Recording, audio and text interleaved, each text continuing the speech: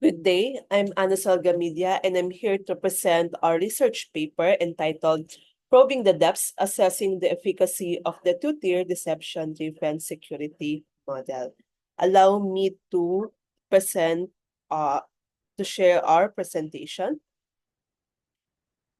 So together with my co-author, Dr. Telma A. Palawag, Dr. Marlon A. Naagas, from Central Luzon State University and from the University of the Cordilleras, this paper allows us to understand on how the two-tier deception-driven security model is being effective in the network security environment in our institution. The motivation of this project is we know that as technology advances, so do the tactics employed by malicious actors seeking to compromise network and systems. We know that there are lots of threats that is being found in our network since when we started to put all our transactions online. Hence, this project allows us to have more in-depth information regarding to how we can effectively use the deception technique in innovating the security in our network. So we know that in traditional security is no more longer sufficient. It is effective, but we know that we understand that we need to innovate and to have a proactive approach in securing our network and using deception techniques, which involves tricks, traps, and false information, can deter attacks while providing valuable intelligence to the defenders. We also create this model through deception techniques to proactively defend the network resources by deceiving potential attackers and protecting critical assets. The methodology of this one is the study want to test the effectiveness in a controlled testing environment using the two-layered deception architecture and also showing the various penetration techniques that we use in order to simulate the real-world cyber attacks. It also includes the objective to assess the model's ability to detect, divert, and gather intelligence on unauthorized access attempts. So in order for us to understand how this protection works, we created this network architectural model based on our tested environment or testing environment. So we started here with the internet. So we have the internet so that we can access it through online. And then we have the first layer of deception techniques, which is the tier 1, which is in the border. In here, in the border is most likely this is a router. And here in our testing, we use the MikroTik model, which is a very widely used in different sectors in our institutions or in our private or in our public sectors. And in the layer 2 of the active deceptions included the controller, where the controller handles all the deceptions and information that was captured in the while in the penetration attacks. And the public network, we called it server farm so that we can add more information or we can trap using different decoys and honey traps so that we can add or we can gather more information coming from the threats. Here in the network architecture for penetration testing, as we can see, here we have two parts or two layers of attacks. It is coming from the outside threat and also from the inside threat. So in the layer 1 attack point, it is coming from, or the attack can goes through the router or in our MikroTik, for example, and then we can include our policy for our deception techniques here in our router. And then if the threat is being penetrated into layer 2, it includes in the distribution layer of our network, which includes the controller, and also we created different VLANs so that we can simulate it based on our own network architecture. So we have different server farm here, and we tried to access and test it through different threats, inside threats, so that we can effectively give proof on how the deception security model works. We also created and applied decoys and traps. We added different decoys in different server farm, and also we use as different services so that we can check some of the loopholes in the network, and we can use it in different services such as the SSH, or we can add an Apache so that we can use if it is effective in the database server and database services, some normal use of traps, or which is the FTP, some web basic authentication, and some IP addresses that is being used in the network. For the results and discussion of the testing that was being discussed in the methodology, this study looks on how a two-tier deception security model can make networks more resilient. So in here, in the results and discussion, we provided different results in the penetration attack, and shows that the information was being handled in different layer of the network. And also in the multiple penetration test, where it conducted and evaluate the efficacy of two-tier deception security model through the testing, and knowing and findings that which indicates that the attackers initially penetrated and was being pushed through in the servers and decoys, and demonstrating the effectiveness of the packet filtering rules in luring them in. So in order for us to in order for the viewers or the users to see how the model works within the network, we created these visual graphs. As you can see here, it started with the perpetrator, where it shows the network exploration and auditing tools.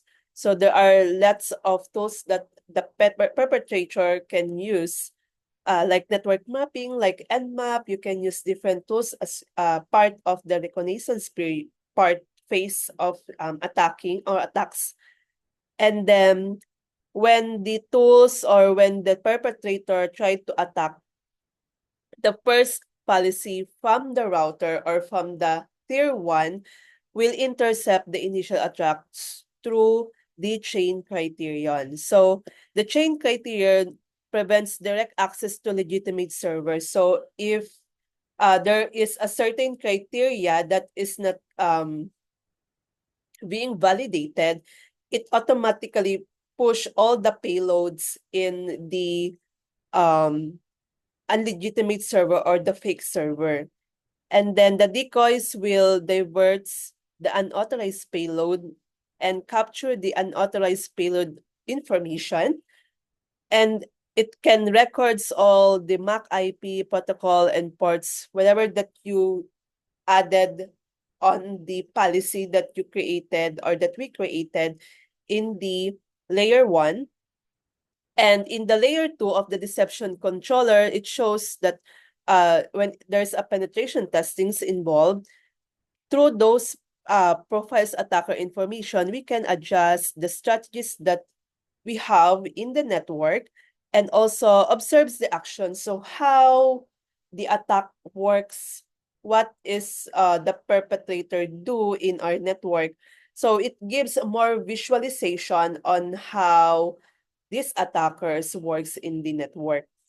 And the effectiveness and consistency of the first layer and second layer was also created in this model. So when we check the layer 1 attack point, which is in the core layer, as you can see, the payloads was being included or was being pushed in the fake server or the honeypot that we included. It shows that when the attack occurs, there is a certain criteria that is not being met. So hence, all the payloads or the attacks was being pushed in the fake server, and some of the information can also be included in the layer 1. Remember, one of the emphasis that we wanted to emphasize is with this type of policy, it only uses a little amount of resources. Okay. And then in the layer 2, where it is passed through in the distribution layer, it shows that some server farm capture attacks that it is successfully captured all the some of the information that being included, such as the IP address or what type of protocol that is being used in accessing the network.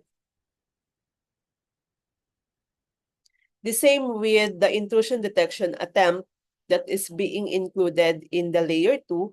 As you can see that in the Office internal penetration test results, it is being tested through the internal network attack. The host and the tools that we use captured the information of the attackers.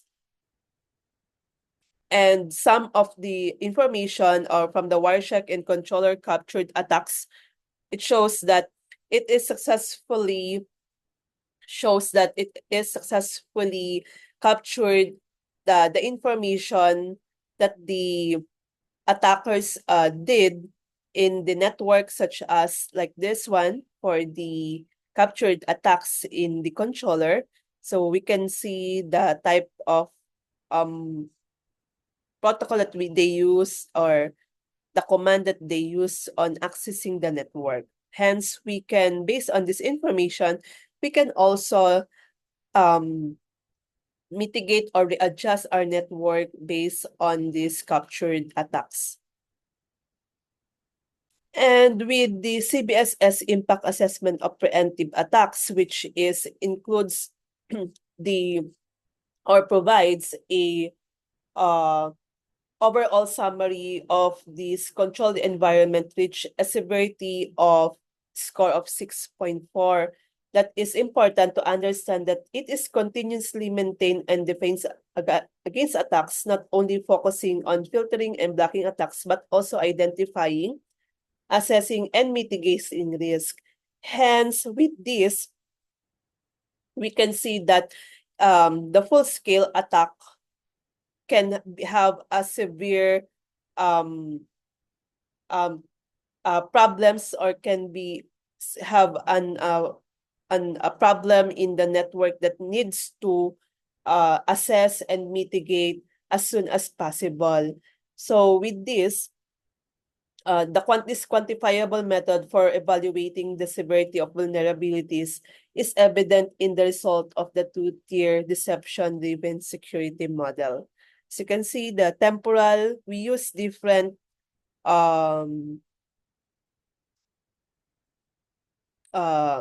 metrics based on the impact assessment of the CBSS. And this is overall statement through the use of the deception security model. And we conclude that the two-tier deception-driven security model has proven the effectiveness in enhancing network security and mitigating advanced cyber threats by integrating passive deception in the first layer to divert attackers and active deception in the second layer to engage dangers and provide defenders with crucial response times. I do hope that this is my final slide where I wanted to impart that in security, we can innovate where innovation meets protection. We can innovate our own protection. And we know that there's no such thing as perfect security. We know that there are lots of things that threats that is being also evolving in different or in many ways, but we can mitigate it if we know or we understand our own threats in the network. Thank you so much and good day.